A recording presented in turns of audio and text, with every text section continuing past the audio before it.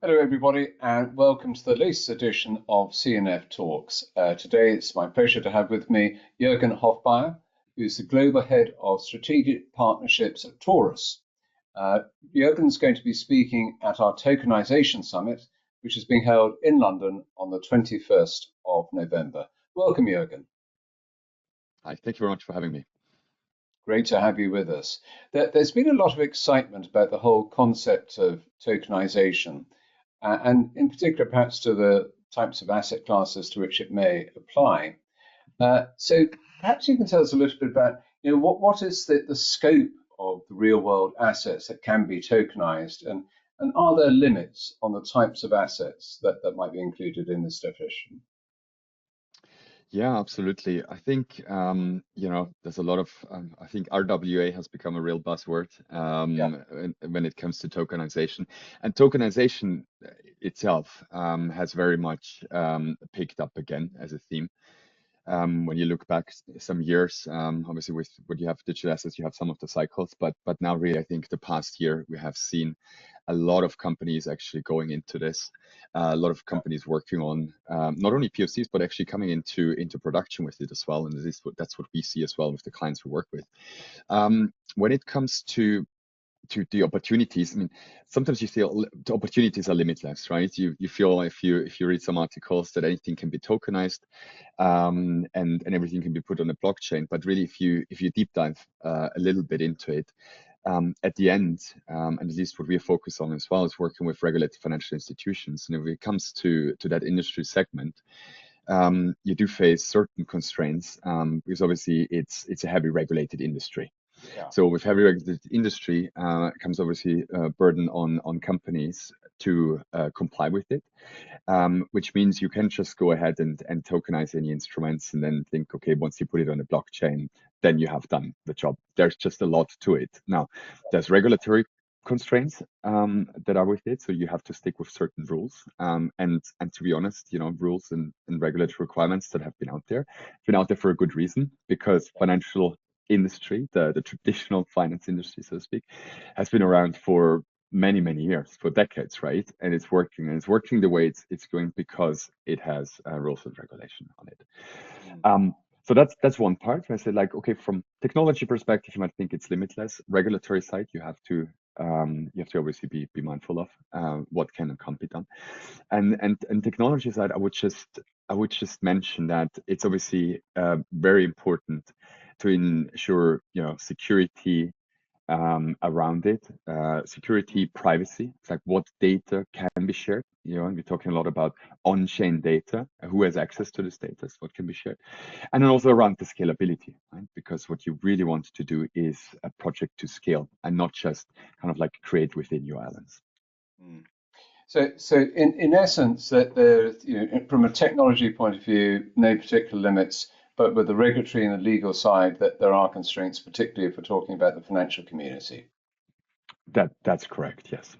Yeah. So in terms of your company's role within all of this, what does Taurus do? What's your business model within Mhm. tokenization in particular? Yeah, so we're a technology company. Technology company focused on custody, so digital asset custody, but Yeah. also very much on tokenization, where we have a fully integrated tokenization platform. When it comes to our engagements with the traditional financial industry, we're working with banks, so regulated Mm. financial institutions. We're working there with about 30 plus banks that are in production. And within that client base, tokenization, as I said before, is obviously one of the major use cases. Whether Mm. it comes to tokenization money market funds, whether it comes to Yeah. tokenization of fixed income instruments and so on, or even stable coins, tokenized deposits and so on. It's some of the themes and the use cases that we have seen really much popping up in the past, I would say 6 to 12 months, even more to Yeah. that.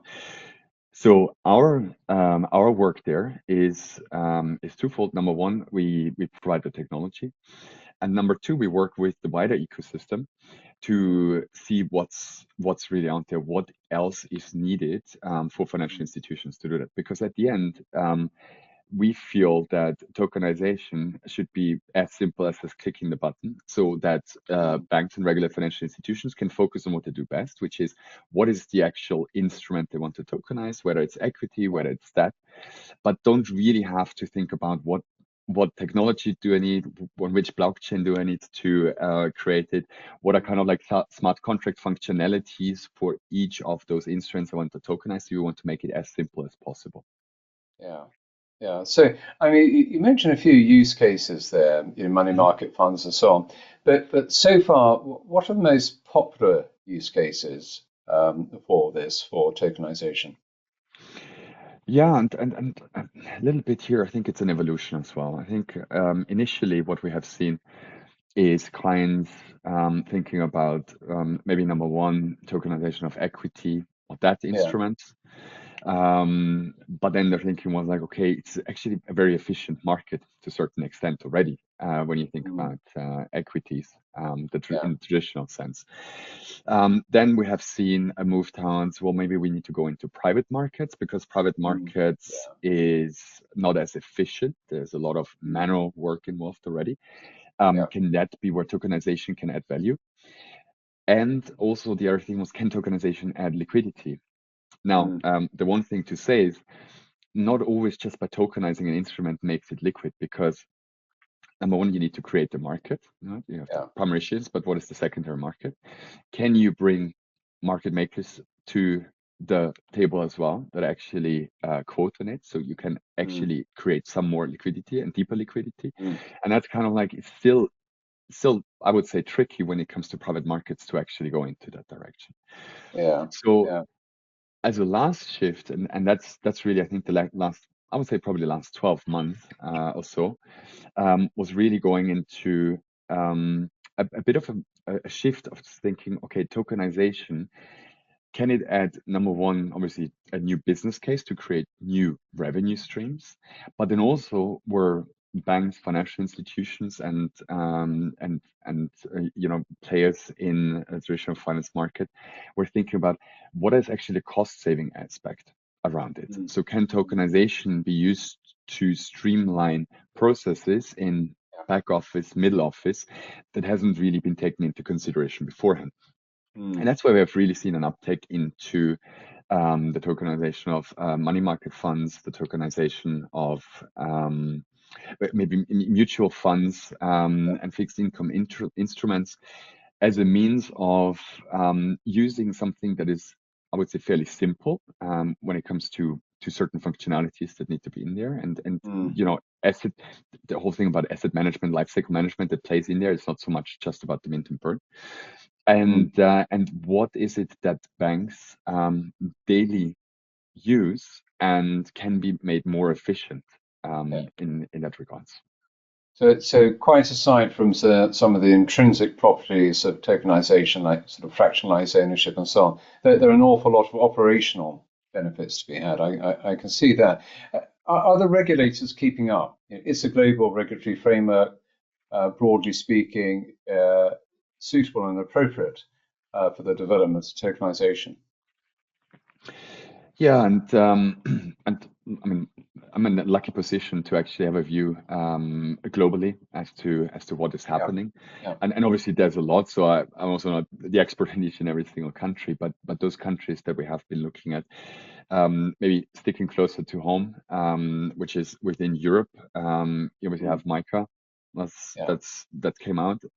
That's very helpful to actually provide a unified framework for tokenization as well across the EU, and that will enhance adoption Mm, because clarity amongst the financial community to be able to tokenize something and have the regulatory framework obviously helps to scale the businesses as yeah, well. yeah. Then we have seen, and probably as a Swiss company, we have been Yes. benefited from the DLT Act here in Mm, Switzerland that allows the secure issuance and the trading of tokenized securities as well.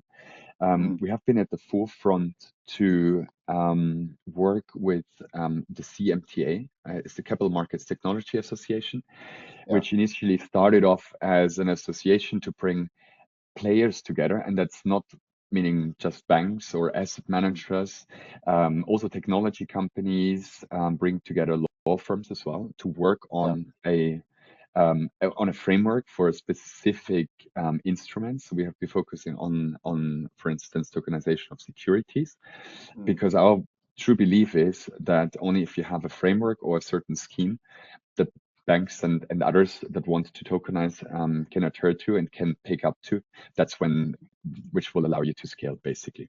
Mm. Um, Mm. and on a global outlook, there's obviously still countries that start the adoption. Certain countries have more regulators that are engaged with. I mean, you look at Singapore, MAS is I think a very good example. I was just at the round Yeah. table not too long ago, where it was highlighted as to what they have done. Now, you can't expect each and every single country and the regulator each of a single country to come to the table and bring the parties together. But I think that's Yeah. where industry participants need to kind of build this community as well and see what's best for each jurisdiction. Yeah, fantastic. Certainly a very dynamic and interesting time for the industry, sort of reworking, if you like, of some of the infrastructure of the industry. Jürgen, thank you so much for that. For our viewers, Mhm. I very much hope if you want to hear more about these issues and related issues, you can attend the event at Tokenisation Summit in London on the 21st of November. More information available at our website, www.cityandfinancial.com. Jürgen, I look forward to seeing you on the 21st at the conference. Super. Thank you very much for having me, and looking forward as well to participating. Thanks so much. Thank you.